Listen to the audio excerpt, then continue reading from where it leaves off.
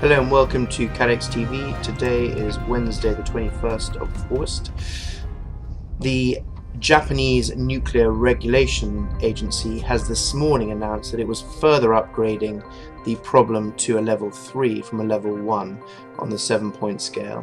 It was announced on Monday that it was a level 1, and this suggests the problem was in some respects too serious for the operator of the facility, the Tokyo Electric Power Company, to handle. According to Mr. Tanaka, the chairman of the Nuclear Regulation Agency, he said, "The current situation is at a point where more surveillance will not be enough to keep the accidents from happening. Our job is now to reduce the risk of these accidents becoming fatal." Evidence that TEPCO's again failed to adequately deal with the problem at the crippled plant was met with anger in Tokyo and in neighbouring countries.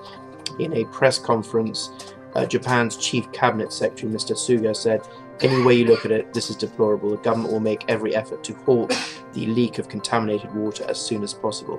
A spokesman for the Chinese Foreign Ministry expressed shock at the highly radioactive water that is continuing to leak from the facility. And the Foreign Ministry in Seoul, South Korea, said Japanese officials have been asked to explain measures that have been taken to stop the contamination water escaping into the sea and further contaminating fish stocks. Experts say that anyone spending 1 hour in proximity to the leak water would be exposed to radioactivity equivalent to 5 years normal exposure. So we'll keep you updated on any more movements on that front.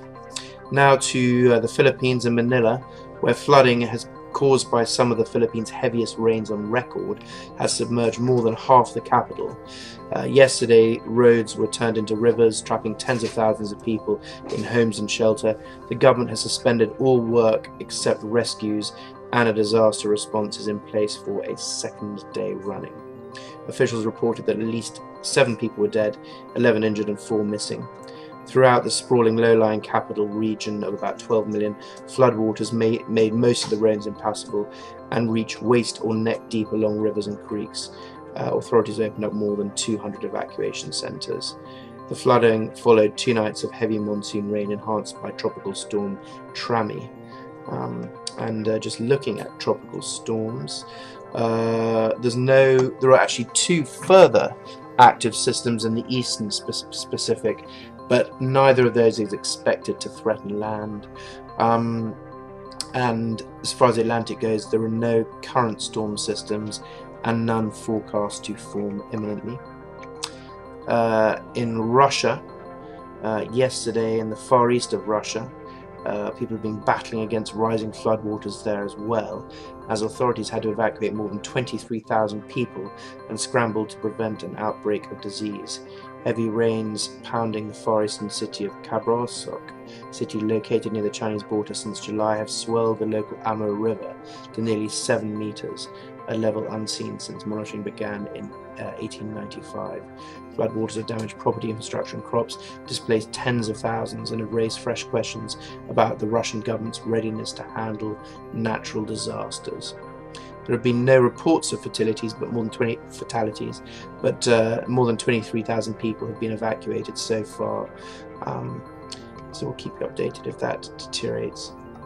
So wildfires are continuing to burn in California, Oregon, Idaho and Montana in the US, really taxing national firefighting resources and helping to push spending past the $1 billion for the year.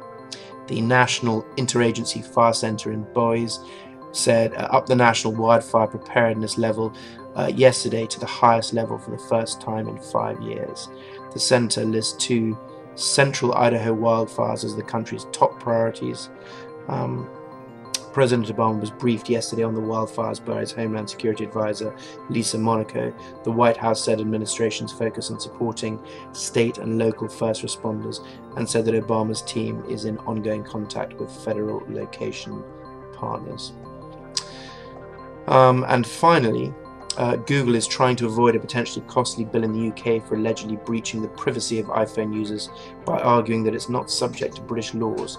The company is facing a landmark group legal action by Britons angry over the way it circumvented iPhone settings to track their web usage.